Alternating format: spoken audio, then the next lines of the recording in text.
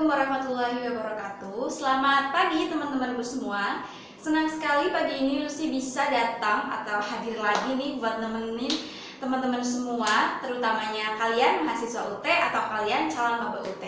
Oke, teman-teman, di video sebelumnya aku kan sudah bahas mengenai biaya pendidikan di universitas terbuka ya teman-teman. Selanjutnya aku bakal bahas yang kemarin sempat aku singgung di materi tentang biaya pendidikan di universitas terbuka, yaitu tentang pengalamanku selama mengikuti UAS, yaitu menggunakan dua metode UAS di universitas terbuka sebelum pandemik dan after pandemic started. Oke. Langsung aja ya teman-teman. Buat kalian yang belum subscribe Lucia Channel, ayo dong langsung subscribe sekarang. Lucia Channel, jangan lupa like, subscribe, comment, and share. Oke teman-temanku semua, sebelumnya aku juga bakal ngingetin teman-teman yang mau sekali lagi, yang mau request materi, ingin atau berbagai hal seputar universitas terbuka, teman-teman bisa komen di bawah ini.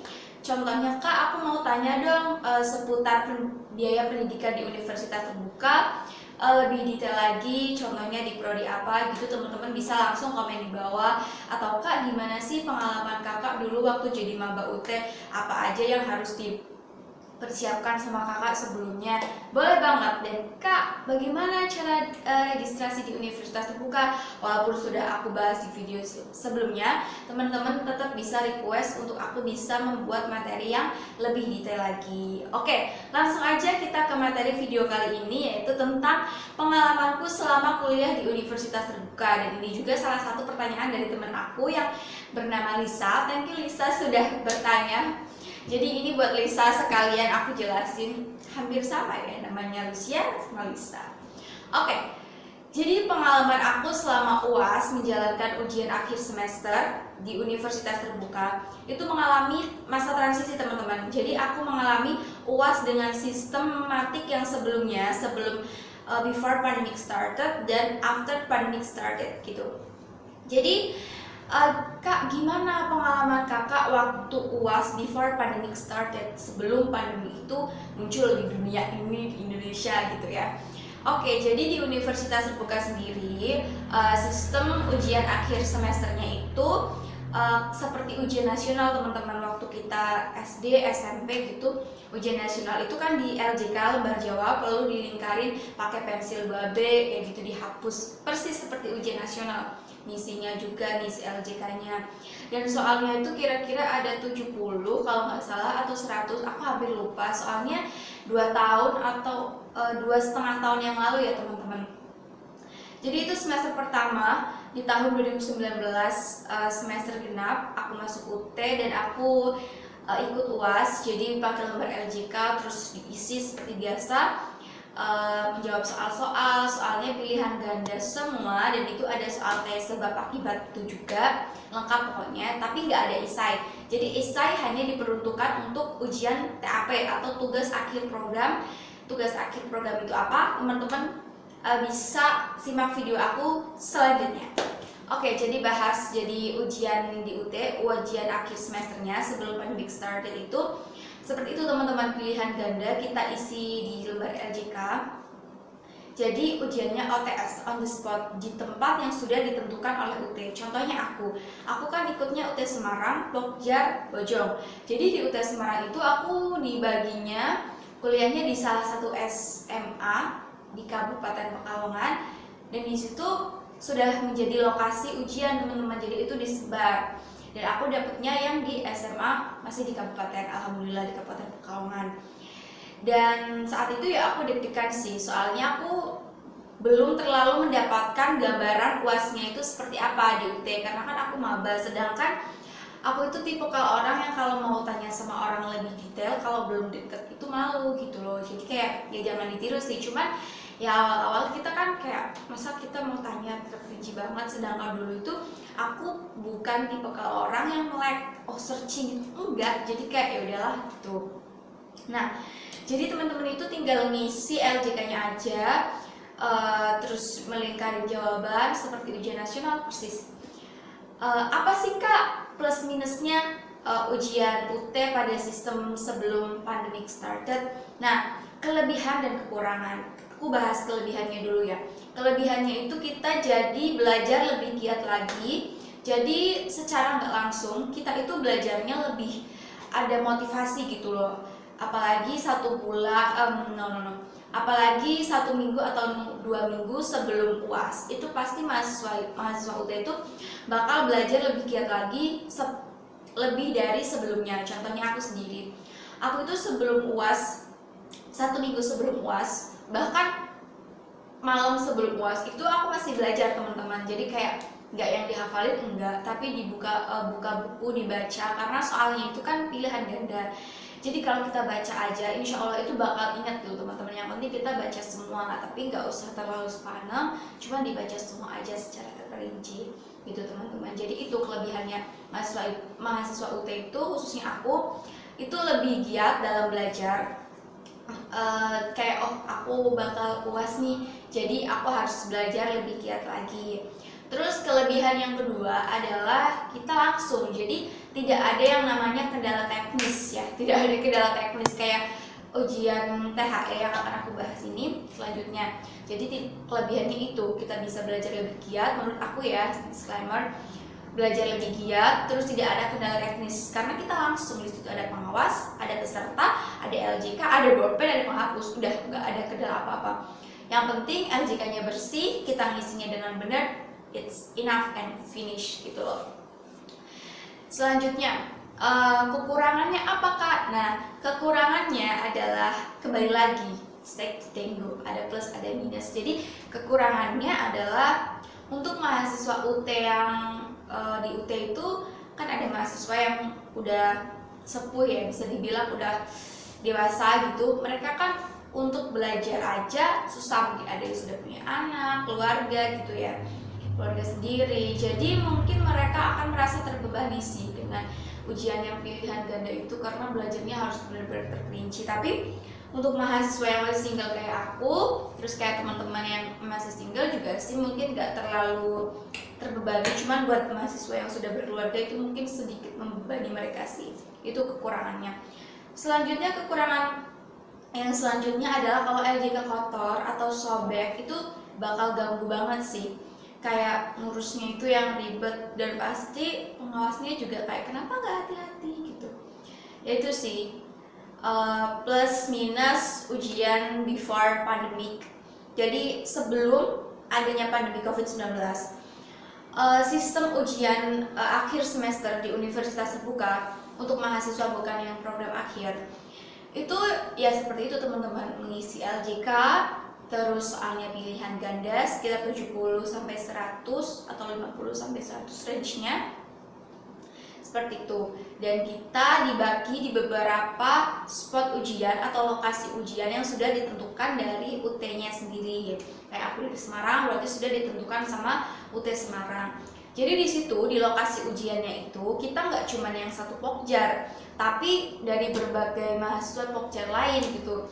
Bahkan ada yang dari kota kayak gitu, kayaknya ada sih, atau enggak yang kabupaten. Yang terpenting adalah kita itu ujiannya itu nggak sama teman kita, satu kelas itu benar-benar beda-beda. Aku bilang aku punya teman kan karena aku ikut TTM ya, kuliah tatap muka. Tapi untuk teman-teman yang full online ya itu udah menjadi hal biasa. Aku ujian sendiri, nggak kenal siapa-siapa, I'm doing alone gitu teman-teman. Oke.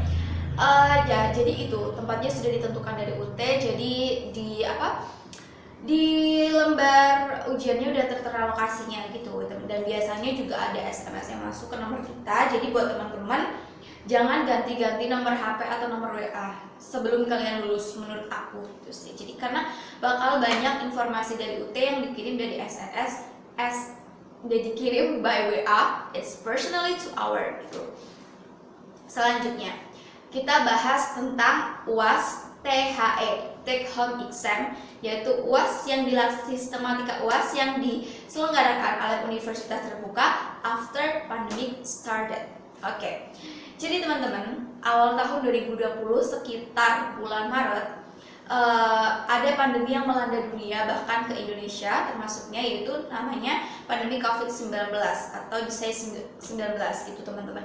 Jadi pandemi ini mengubah semua tatanan masyarakat di dunia, tidak hanya di Indonesia aja.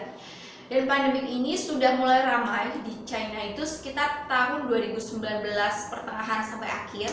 Cuman baru masuk di Indonesia itu pada tahun 2020 di bulan Maret kalau nggak salah, yang itu ditemukan warga Bekasi 2, yaitu ibu sama anak, itu terkonfirmasi positif COVID-19 gitu.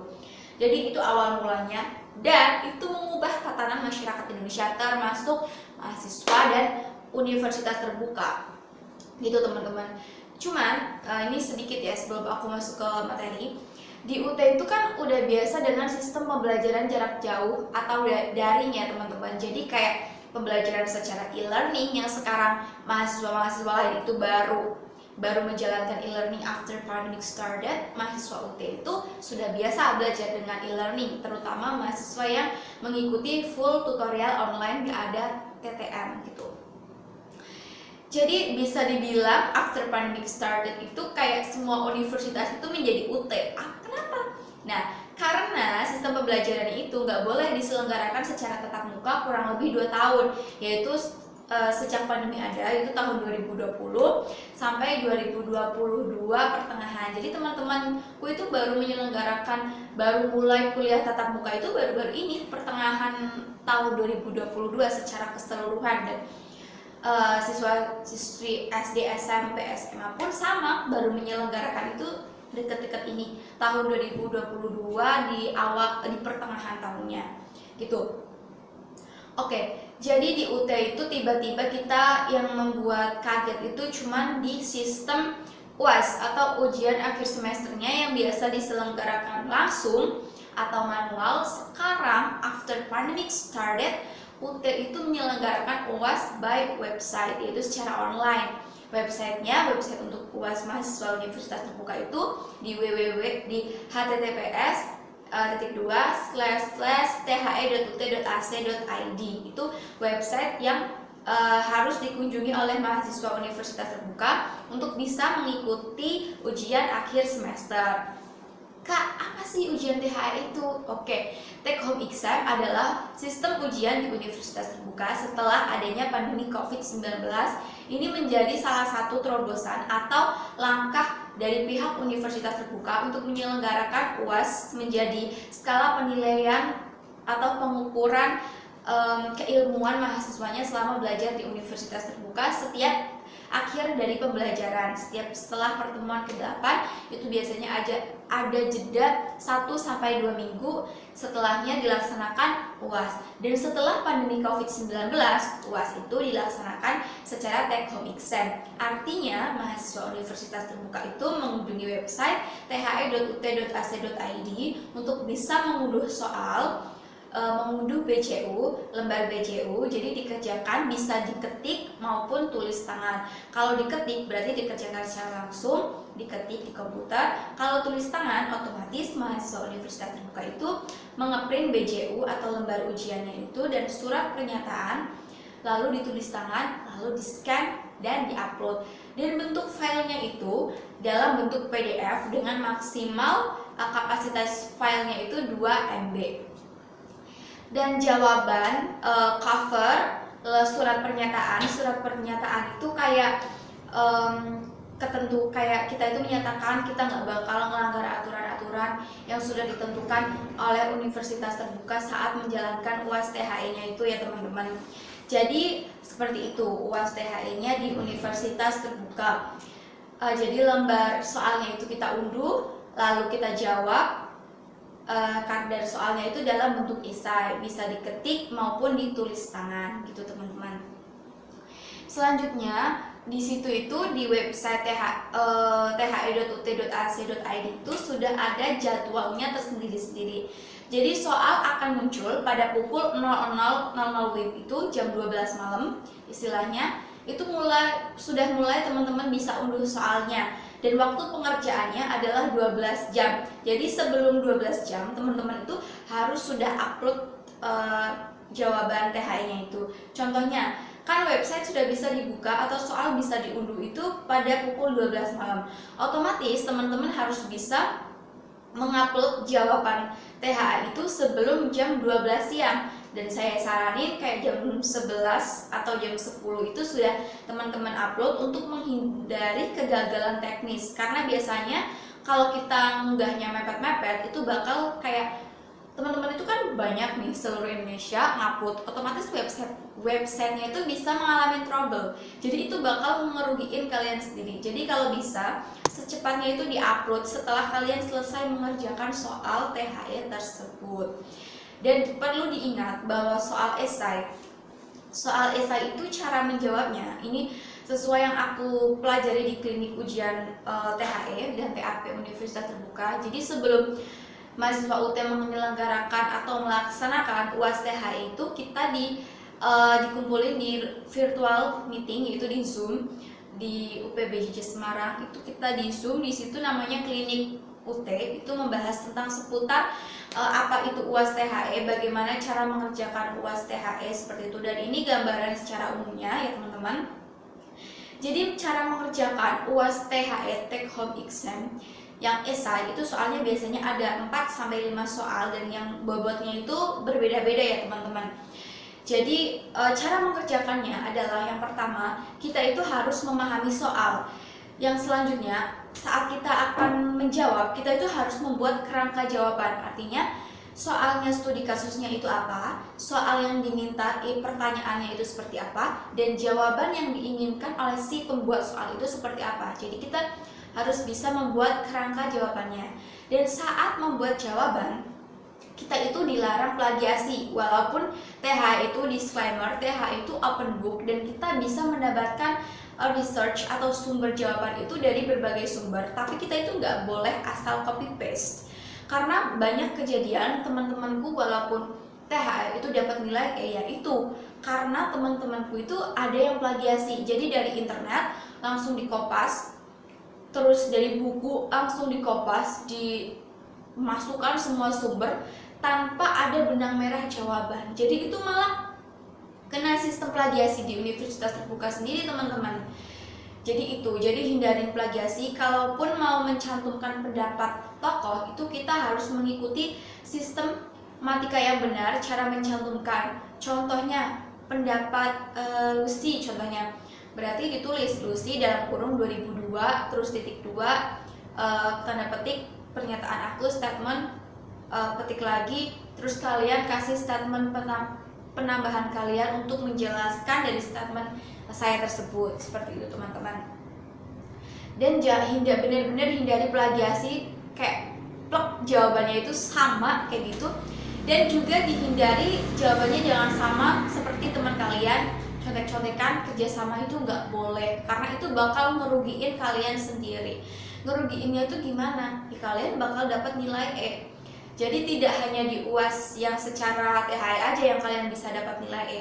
Jadi di UAS yang OTS, UAS secara langsung before pandemic started, itu teman-teman juga bisa dapat nilai E kalau skema jawaban kalian itu sama dengan teman-teman kalian yang tempat duduknya itu berdekatan.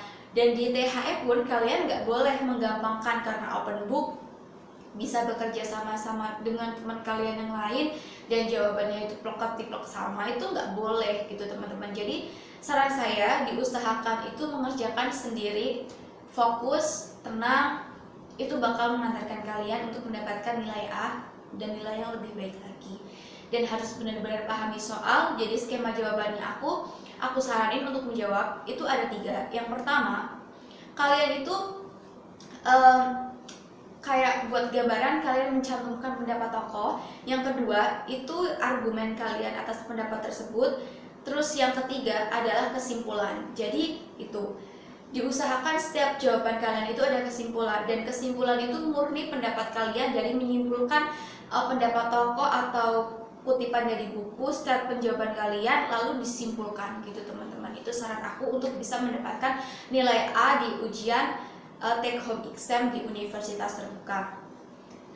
Jadi itu, dan hal-hal yang harus dihindari di THE adalah mendownload soal berdekatan dengan jam batas unggah. Jadi di universitas terbuka itu bisa mulai mengunduh soal itu pukul 00 atau jam 12 dini hari, dan maksimal uploadnya pun sama jam 00 dini hari. Jadi jangan sampai kalian itu mengunduh soal jam 11 malam kalau nggak mau bunuh diri ya teman-teman. Jadi jangan sampai mengunduh soalnya itu di jam mendekati waktu kalian unggah soal. Jadi itu yang dihindari teman-teman, jangan sampai mengunduh soal mendekati waktu upload. Jadi maksimal upload itu jadi waktu mulai bisa mengunduh soal THE itu pukul 00 dini hari atau jam 12 pagi, dan maksimal upload itu jam 12 malam gitu teman-teman. Dan hal-hal yang harus dihindari lainnya saat mengikuti UAS THE adalah teman-teman jangan sampai yaitu bekerja sama yang teman-teman yang lain kalau nggak mau dapat nilai E, dan jangan plagiasi. Oke, itu kira-kira gambarannya, dan jangan lupa kasih kesimpulan di jawaban kalian. Jadi alurnya 1, kasih pendapat tokoh. Yang kedua, masukkan jawaban kalian. Yang ketiga, simpulkan jawaban kalian. Oke, itu ya teman-teman. Selanjutnya, apa plus minusnya UAS THE? Plusnya banyak banget. Yang pertama, open book. Yang kedua, kita bisa searching. Dengan open book dan searching, otomatis kita bisa mendapatkan research untuk jawaban kita itu, atau sumber untuk jawaban THE kita itu lebih banyak lagi teman-teman. Jadi lebih ke, ya mungkin buat teman-teman yang nggak belajar ya nggak apa-apa. Cuman saran aku sih tetap baca-baca sebelum UAS THE, biar nggak wasting time buka-buka buku waktu kalian melaksanakan UAS THE. Terus kelebihan yang kedua apa? Bisa dikerjakan dimanapun, setelah kerja pun bisa, sebelum kerja pun bisa, bebarengan saat jam istirahat kerja juga bisa gitu teman-teman. Dan waktu pengerjaannya itu cukup lumayan lama, jadi nggak terlalu terburu-buru seperti ujian secara langsung yang hanya dikasih waktu 2 jam gitu teman-teman. Jadi waktu pengerjaannya adalah 12 jam. Terus kelebihan yang selanjutnya adalah kita bisa lebih santai, lebih rileks karena open book dan ujiannya di rumah. Cuman ada kekurangannya, stay to tango, ada plus, ada minus. Minusnya apa THE? Bukan ke minus sih, lebih ke kayak menurut saya kekurangannya itu teknis, benar-benar teknis. Di UAS THE itu teknis karena awal pelaksanaan atau penyelenggaraan UAS THE itu teknisnya sih, websitenya itu ngedown waktu pertama pelaksanaan, tapi di semester selanjutnya atau di penyelenggaraan selanjutnya udah enggak, jadi sudah lancar. Dan ini sangat memudahkan mahasiswa universitas terbuka dalam menyelenggarakan UAS THE. Jadi itu teman-teman pengalaman aku selama mengikuti UAS di universitas terbuka, baik 2 sistem, yaitu sistem yang secara langsung UAS seperti biasanya mengerjakan ujian, dan sistem yang kedua dengan take home exam by website gitu teman-teman. Jadi itu ada plus ada minusnya. Cuman kalau menurut aku sih mahasiswa UT sudah terlalu nyaman dengan UAS THE ya.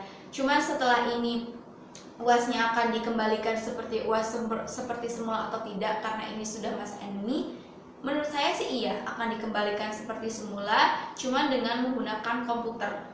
Soalnya ini waktu kemarin aku TAP aja udah pakai komputer.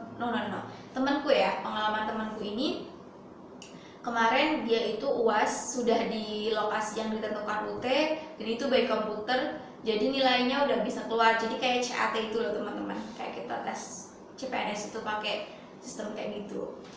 Oke, demikian video saya kali ini membahas tentang sistematika UAS di ujian di universitas terbuka before pandemic started dan after pandemic started, dan UAS setelah pandemic started, apa yang akan terjadi? I don't know, but kita berharap semuanya yang terbaik supaya mahasiswa UT tidak dirugikan, dan pihak dari UT juga bisa tetap menyelenggarakan pendidikan secara baik untuk mewujudkan visi misinya, yaitu mencerdaskan kehidupan bangsa dan juga membantu teman-teman yang belum bisa kuliah secara reguler untuk bisa tetap mengenyam pendidikan di universitas terbuka. Dan buat kalian, saran aku nggak usah malu buat kuliah di UT. Itu sesuai pengalamanku.